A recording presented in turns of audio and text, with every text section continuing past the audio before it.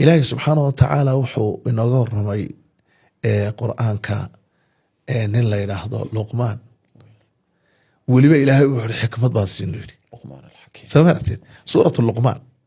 هذا ضفير ستو ولقد آتينا لقمان الحكمة بأليل مركا لو يلاحظه يعني قف كاسي وحليه هي اللهم صل على محمد أقون تاسوليه محاد مركا فيليسا إني أقون تاسي كم وقتد سما نيكا سوا دختر مركا لو يلاحظه وإن دختر نمدي أي كم وقته سما هذا بقى الله سبحانه وتعالى مركول ولقد آتينا لقمان الحكمة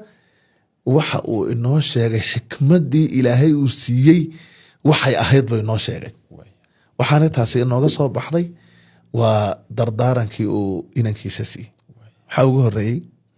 waid qaala luqmaanu libnihi wahuwa yaciduhu yaa bunaya laa tushrik billaah ina ashirka ladulmun cadiim akhlaaqada xumada ugu weyne la sameeya waa gaalnimo naam hada huwa yani u fiirsa caqiidadii xikmad waa maxay in aad fahanto siday waxu kala horhoreeyaan samaartid marka qofkuna haddii caqiidadu ka xumaato akhlaaqdiisuna way xumaataa akhlaaq male ha caqiidadu hadday ka xumaato akhlaaqdiisu way xumaataa akhlaaqda lagu badbaadayo